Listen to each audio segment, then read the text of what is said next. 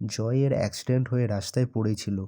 সেই সময় রানী সেখান দিয়েই যাচ্ছিল। রানী গাড়ি থেকে নেমে দেখতে যাওয়ার আগেই অ্যাম্বুলেন্সে করে জয়কে নিয়ে চলে যায়। রানী জানতে পারে না যে জয়ের অ্যাক্সিডেন্ট হয়েছে। ওদিকে জয়ের বাড়িতে ধ্রুব এসে রানীর খোঁজ করতে থাকে। সবাই তাকে বাড়ি থেকে বেরিয়ে যেতে বলে। ধ্রুব বলে, রানীর সাথে আমার কিছু কথা আছে, আমি কথা বলেই চলে যাব। সেই সময় রানীও বাড়ি চলে আসে। রানী ধ্রুবকে দেখে রেগে যায় আর বাড়ি থেকে বেরিয়ে যেতে বলে। তখন জয়ের মা সেখানে এসে রানীকে জিজ্ঞাসা করে যে জয় কোথায়। রানী বলে, আমি জানি না, জয়ের ফোন সুইচড অফ আর আমি তাকে কোথাও খুঁজে পাচ্ছি না।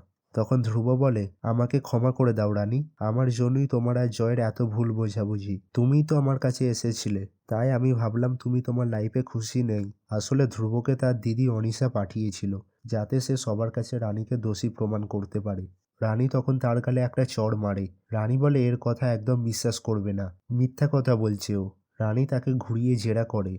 ধ্রুব তার উত্তর না দিয়েই সেখান থেকে চলে যায়। রানী বলে, এর কথা একদম বিশ্বাস করবে না, আমি নিশ্চিত এর পিছনে কোনো চক্রান্ত আছে। সেই সময় হসপিটাল থেকে ফোন করে জানানো হয় যে জয়ের অ্যাক্সিডেন্ট হয়েছে এবং সে এমার্জেন্সিতে ভর্তি আছে। জয়ের মা এইসবের জন্য রানীকেই দোষারোপ করে। কি মনে হয়, রানী কি নিজেকে নির্দোষ প্রমাণ করতে পারবে? জয়কে কি আসল সত্যিটা বোঝাতে পারবে?